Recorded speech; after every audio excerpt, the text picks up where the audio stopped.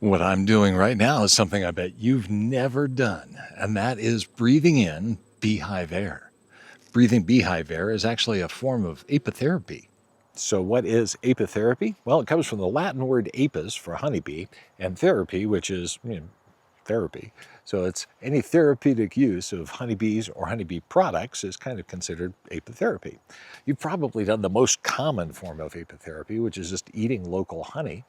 It said that local honey carries with it a whole bunch of the influence of your local pollens and allergens, and that can help build up your tolerance. A lot of folks swear by that. There's certainly beeswax, royal jelly, propolis, all sorts of stuff that just comes off of the beehive that folks use for health and wellness and sometimes medicinally. So there's other kinds of apitherapy as well. You've probably heard of one, maybe you have, maybe you haven't. It's called bee venom therapy. It's where people actually sting themselves with honeybees on purpose. And it actually, I've heard, cures Lyme disease, and there are people who say it alleviates pain from ongoing chronic illnesses like rheumatoid arthritis and those types of things. And great, if that does, that's fabulous, but that's definitely not what we do here at Capella Ranch. We do an entirely different kind of apitherapy, which you probably haven't heard of before, unless you're from back in Eastern Europe and maybe Slovenia where some of this originated, then you'd certainly have heard of it. But what this is this is hive-aerosol apitherapy. So hive from the beehive, aerosol, the air that comes off the beehive, breathing the beehive air. Now, why is that interesting? Well, because if you like eating local honey as an apitherapy, this is almost like breathing it.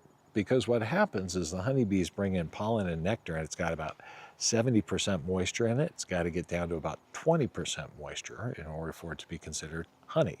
So as it's curing in the hive, where does that 50% of the moisture go? Well, it evaporates. And when it does, it takes all the vitamins and minerals, antioxidants, all the stuff that's good for you about local honey, and it brings it up into the air. Now, if you take the top off the beehive and you breathe that in, you're basically breathing that local honey, breathing that vapor.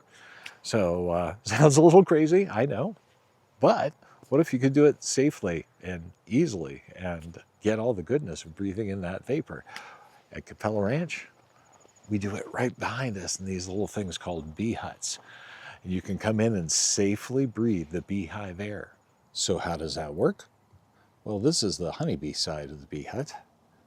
Here on the south, the honeybees come and go from right behind these colored bars.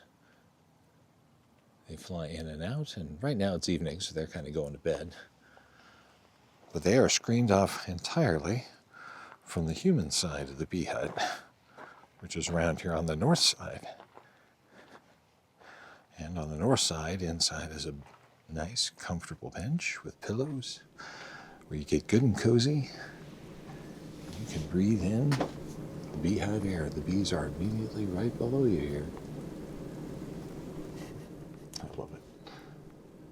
But you know, as cool as the vapor is, and as great as it smells in here, there's even more that we've discovered about the bee huts. So check out some of our next videos, and we'll share that with you.